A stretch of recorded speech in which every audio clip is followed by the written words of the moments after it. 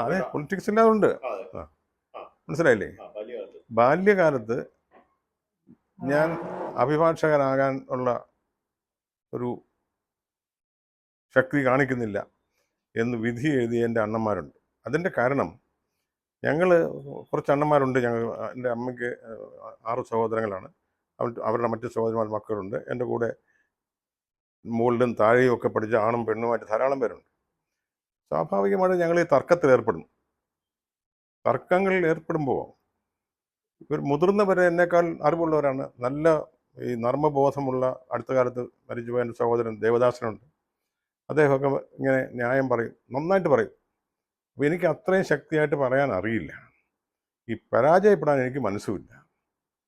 അപ്പോൾ അങ്ങനെ പറഞ്ഞ് ഇവരോട് പറഞ്ഞ് തോക്കുമ്പോൾ ഞാൻ കരഞ്ഞുകൊണ്ട് ഓടും. തിരിച്ച് വീട്ടിലേക്ക് കരഞ്ഞുകൊണ്ട് ഓടും.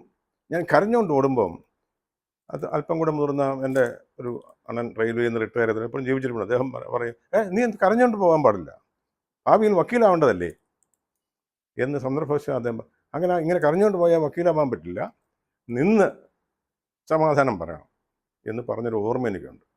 അതാണ് പിൽക്കാലത്ത് ഞാൻ ഈ വക്കീൽ പണിയൊക്കെ ആയതിനു ശേഷം തിരിഞ്ഞ് ഓർക്കുമ്പോൾ എൻ്റെ മനസ്സിൽ വരുന്ന ഒരു ബാല്യകാല സംഭവം.